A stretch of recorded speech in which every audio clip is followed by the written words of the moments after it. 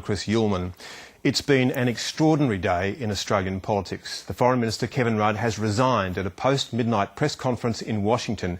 We'll hear what he had to say shortly. Kevin Rudd now says he'll return to Australia and consult with his family and parliamentary colleagues about what he should do next. Shortly I'll be speaking with the Environment Minister Tony Burke. Before that, here is soon-to-be former Foreign Minister Kevin Rudd. Well, ladies and gentlemen, it is with great sadness that I announce that I will resign as Australia's Minister for Foreign Affairs. I am sad because I love this job. I'm totally dedicated to the work that we are doing in Australia's name around the world. And I believe that we've achieved many good results for Australia, and I'm proud of them. It's therefore been, for me, a great privilege to serve our country as Foreign Minister, to represent our people abroad, and I thank the people of our country for their support as I've discharged these responsibilities. But while I am sad to leave this office, I am sadder still that it has come to this. The last time I resigned from a position in public office was when I resigned as Prime Minister of Australia. And regrettably, there have been some similar factors at play today. It's time for some plain speaking on this.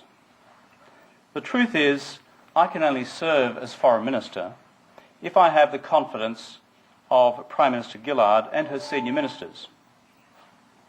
In recent days, Minister Crean and a number of other faceless men have publicly attacked my integrity and therefore my fitness to serve as a minister in the government. When challenged today on these attacks, Prime Minister Gillard chose not to repudiate them. I can only reluctantly conclude that she therefore shares these views. The simple truth is that I cannot continue to serve as Foreign Minister if I do not have Prime Minister Gillard's support. I therefore believe the only honourable thing and the only honourable course of action is for me to resign. And I do so with a genuinely heavy heart and after much personal reflection. I also believe that this ongoing saga is bad for my good friend Anna Bligh, as she fights the fight of her life in Queensland. She's a great Premier. She's a good friend. And I believe the good people of Queensland deserve some clear space over the coming month as they make up their minds on a very important decision on the future of Queensland, my home state, a state I'm very proud to be from.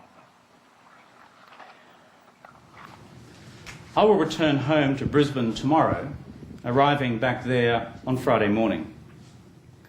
Over the days ahead, I will be consulting openly and honestly with my family, with my community and my parliamentary colleagues, taking their counsel on what I should do next and what my next step should be. I will then make a full statement to the Australian people on my future before Parliament resumes next Monday. I deeply believe that if the Australian Labor Party, a party of which I have been a proud member for more than 30 years, is to have the best future for our nation, then it must change fundamentally its culture and to end the power of faceless men. Australia must be governed by the people, not by the factions. But I can promise you this, there is no way that I will ever be party to a stealth attack on a sitting Prime Minister elected by the people. We all know that what happened then was wrong, and it must never happen again. In my letter of resignation to the Prime Minister, I've asked her to give effect to my resignation 48 hours after my return to Australia so that I can effect the best transition for my staff as possible under these circumstances. I think you would understand there's a human dimension to all this. Ladies and gentlemen, there is one overriding question for my caucus colleagues, and that is who is best placed to defeat Tony Abbott at the next election. Mr Abbott, I believe, does not have the temperament or the experience to ever be elected and hold the office, the high office of Prime Minister of Australia. But at present, and for a long time now, he's been on track just to do that. Ladies and gentlemen, I would also like to express my appreciation for the support of my family, Therese, Jessica, Nicholas, Marcus, chatting to them over the course of the last several hours. I thank them for their encouragement and their support, as always. And you'll appreciate I now have much to do, and therefore I propose to conclude my statement here, and I do not propose to take questions. Thank you. I'm joined now by political editor Heather Hewitt, and Heather, this has surprised even Kevin Rudd's closest allies. It certainly happened much sooner than I think anybody expected, including the Gillard camp. They'd been trying to force his hand all week.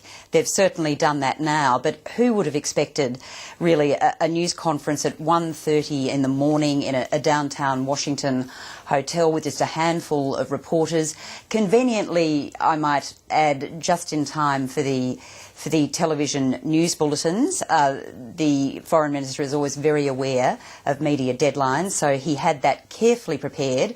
He'd clearly thought about it. Who he told, I don't know. You would presume family and possibly his closest supporters, but it certainly appeared to catch many by surprise, including Senator Doug Cameron, who'd been out publicly defending him all day.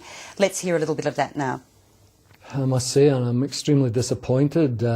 This came out of the blue. I think that the tearing down of one of our finest foreign ministers by faceless men is just unacceptable.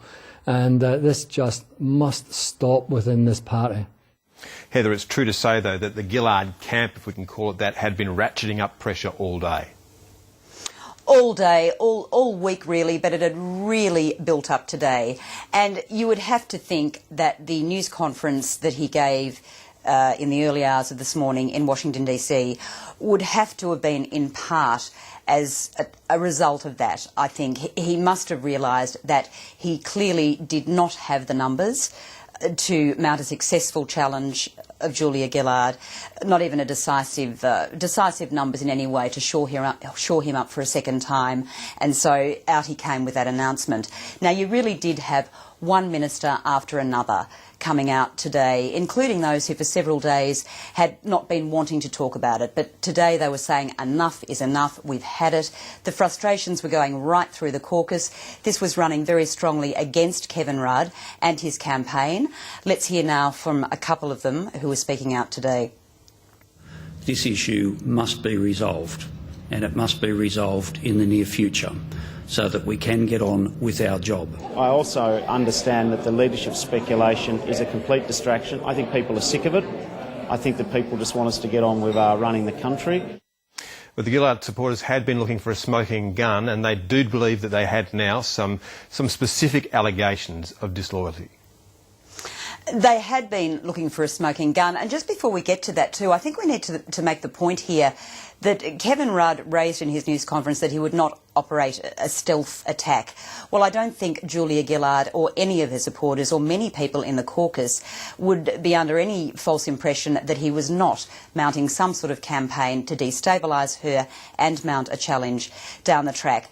So today you had one senior Victorian ALP member telling me in an interview and clearly upping the ante. They were looking for ways to flush Kevin Rudd out and find evidence that he had been disloyal, actively disloyal to Julia Gillard. Michael Danby raised the question, the allegation that Kevin Rudd had been briefing 4 journalists. He named them, 2 ABC journalists and a News Limited journalist. He named them to up the ante, I think, and to try and force Kevin Rudd to deny this. Let's hear from him now. Is Kevin Rudd actively undermining the Prime Minister, and how?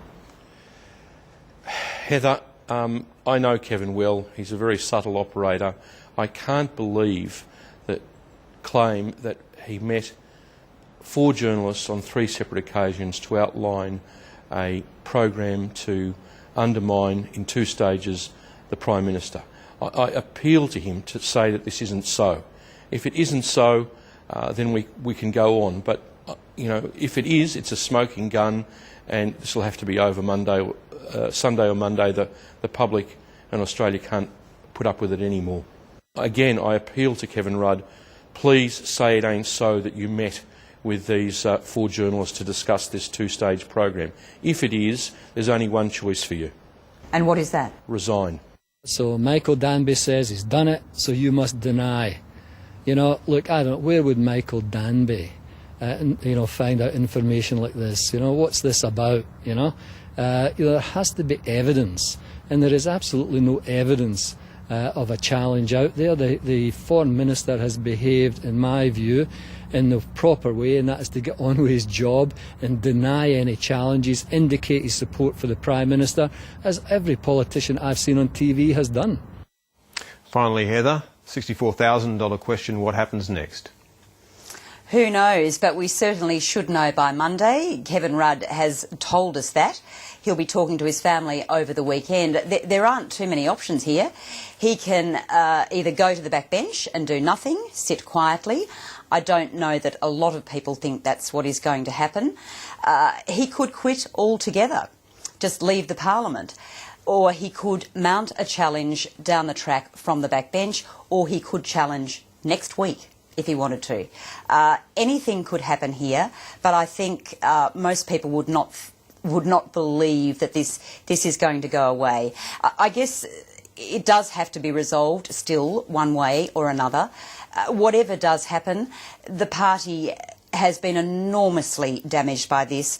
The public doesn't like it, and really you would think it's very difficult, well nigh impossible, for the party to recover from such ongoing destabilisation and division, almost impossible to win the next election. I think the only issue now is how to avoid some sort of wipeout. Heather Hewitt, thank you.